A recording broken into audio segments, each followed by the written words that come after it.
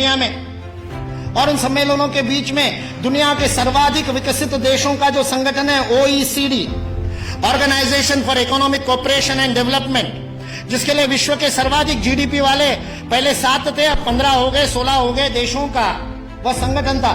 उस OECD ने सन 2000 में एंगस मेडिसन नाम के अर्थशास्त्री को यह काम दिया कि वो विश्व का आर्थिक इतिहास लिखे, और चूंकि उनकी गणना, उनकी हिस्ट्री 0 ईस्वी से शुरू होती है, तो एंगस मेडिसन को भी काम दिया 0 ईस्वी से 2000 ईस्वी तक 2000 वर्ष का आर्थिक इतिहास लिख दीजिए। उस पुस्तक का नाम है economic history of the world millennial perspective by Angus Maddison. OECD.org इस वेबसाइट से आप डाउनलोड कर सकते हैं। 2000 वर्ष का आर्थिक इतिहास लिखा है एंगस मेडिसन ने, और वह एंगस मेडिसन कहता है कि पहले 1500 वर्ष 0 ईस्वी से लेकर के 1490 तक, 99 तक, सारे विश्व के जीडीपी में लगभग 2/3 66% योगदान देने वाला देश कोई था तो वो भारत देश था।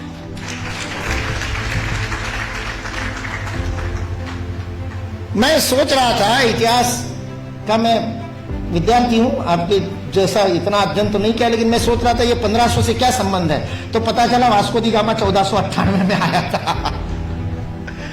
और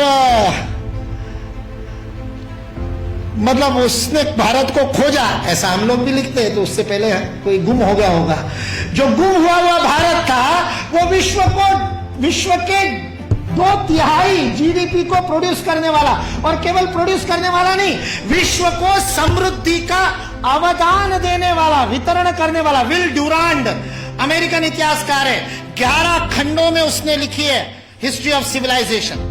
वह विल ड्यूरांड लिखता है सारे विश्व को संपदा का वितरण करने वाला कोई देश होगा तो वह देश भारत देश है। वितरण शब्द प्रयोग किया है, लेन देन नहीं, वितरण करने वाला देश। सारे दुनिया में हमारे व्यापारी जाते थे। वो वास्को दी गामा को भी हमारे ये गुजरात का व्यापारी, वास्को दी गामा ने अपनी डायरी में लिखा है, वो गुजरात का व्यापारी पानी के जहाज लेकर के उसको मिला साउथ अफ्रीका में, उसको तो भारत मिला नहीं था। इसने कहा अच्छा भारत खोज रहे हैं, चलो मैं ले चलता हूं। उसको मसाले भरने थे, इससे वो कालीकट गया, इससे वास्को दी गामा को कालीकट ले गया, नहीं तो भरूच ले आता गुजरात में। फिर हमारे इतिहास वाले लिखते कि वास्को दी गामा भारत को खोजता खोजता भरूच पहुंच गया। वास्को दी गामा को भारत के व्यापारी कान्हा भाई ने खोजा, मिल गया, और उसको कहते को भारत खोजना है, चल भाई मैं दिखाता हूं, चल मेरे साथ, और साथ में ले। ये वास्को दी गामा ने अपनी डायरी में लिखा है, वो बेईमान नहीं है, उसको छिपा करके इतिहास की किताबें लिखने वाले बेईमान। वास्को दी गामा की डायरी का उद्धरण दिए बिना हमारे को गलत इतिहास पढ़ाने वाले बेईमान है। वास्को दी गामा ने तो ईमानदारी से लिखा है, उसने ये भी लिखा है कि उस कान्हा भाई के जहाज मेरे जहाजों से कई गुना अधिक प्रगत थे। 40 खेने वाले लगाने के बाद भी मेरे जहाज को उतनी गति नहीं थी जो उससे 3 गुना बड़े, 3 मंजिल वाला जिसके ऊपर डेक था, ऐसे जहाज को केवल 16 नाविक खेते थे। ऐसा कान्हा भाई का जहाज था। भारत की विज्ञान और तकनीकी की स्थिति अंग्रेज इस देश में आए तब सारे विश्व से अधिक उन्नत थी। ये अंग्रेजों में से कुछ ईमानदार इतिहासकारों ने लिख करके रखा।